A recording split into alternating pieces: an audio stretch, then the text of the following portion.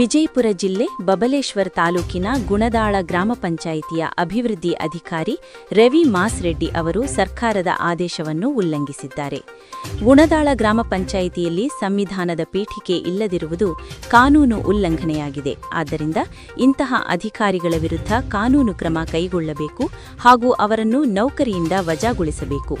ಮೇಲಧಿಕಾರಿಗಳು ಕಾನೂನುಬದ್ಧವಾಗಿ ಕ್ರಮ ಕೈಗೊಂಡು ಸಂವಿಧಾನಕ್ಕೆ ಅವಮಾನ ಮಾಡುವ ಇಂತಹ ಅಧಿಕಾರಿಗಳ ವಿರುದ್ಧ ಕ್ರಮ ಕೈಗೊಳ್ಳಬೇಕು ಎಂದು ನಮ್ಮ ಕರಾಳ ಸತ್ಯ ಸರ್ಕಾರಕ್ಕೆ ಕೇಳಿಕೊಳ್ಳುತ್ತೆ.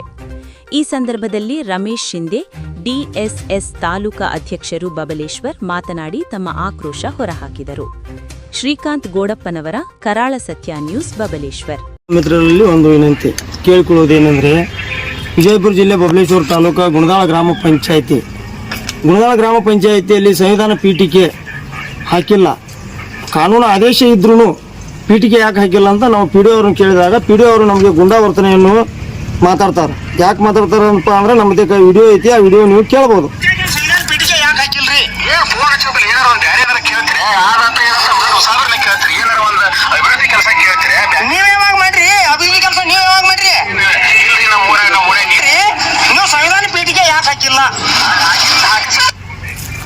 ಕಾನೂನು ಆದೇಶ ಐತಲ್ರಿ, ಸಂವಿಧಾನ ಪೀಠಿಕೆ ಹಾಕ್ಬೇಕಂತ ಕಾನೂನು ಆದೇಶ ಐತೈತೆ. ನಾವು ಪಿ ಡಿ ಅವ್ರನ್ನ ಸಾರ್ವಜನಿಕರು ನಮಗೆ ಬಂದು ಹೇಳಿದಾಗ ನಾವು ಕೇಳಿದೆವು. ಯಾಕೆ ಕೇಳಿದೆವು ಅಂದ್ರೆ, ನಾವು ಒಬ್ಬರು DSS ತಾಲೂಕಾ ಅಧ್ಯಕ್ಷ ರಮೇಶ್ ಅರ್ಜುನ್ ಶಿಂದೆ ಸಾಕಿನ್ ಬಬ್ಲಾದಿ ನಮಗೆ ಸಾರ್ವಜನಿಕರು ಬಂದು ಹೇಳಿದ್ರು. ಹೇಳಿದ ಕೂಡಲೇ ತಕ್ಷಣ ಪಂಚಾಯತಿಗೆ ಬಂದು ನಾವು ಕೇಳಿದಾಗ ಈ ಟೈಪ್ ಅವರು ಗ್ರಾಮ ಪಂಚಾಯತಿ ಅಭಿವೃದ್ಧಿ ಅಧಿಕಾರಿಗಳು ಮಾತಾಡ್ತಾರೋ, ಇದ್ರ ಬಗ್ಗೆ ಮೇಲಧಿಕಾರಿಗಳು ಕಾನೂನು ಪ್ರಕಾರವಾಗಿ ಕ್ರಮ ತಗೋಬೇಕು. ಕ್ರಮ ತಗೊಂಡು ನೌಕರಿಯಿಂದ ವಜಾಗೊಳಿಸಿ ಇವರಿಗೆ ತಕ್ಕ ಶಿಕ್ಷೆಯನ್ನು ಕೊಡಬೇಕಂತ ತಮ್ಮಲ್ಲಿ ಕೇಳಿಕೊಳ್ಳುತ್ತೇನೆ.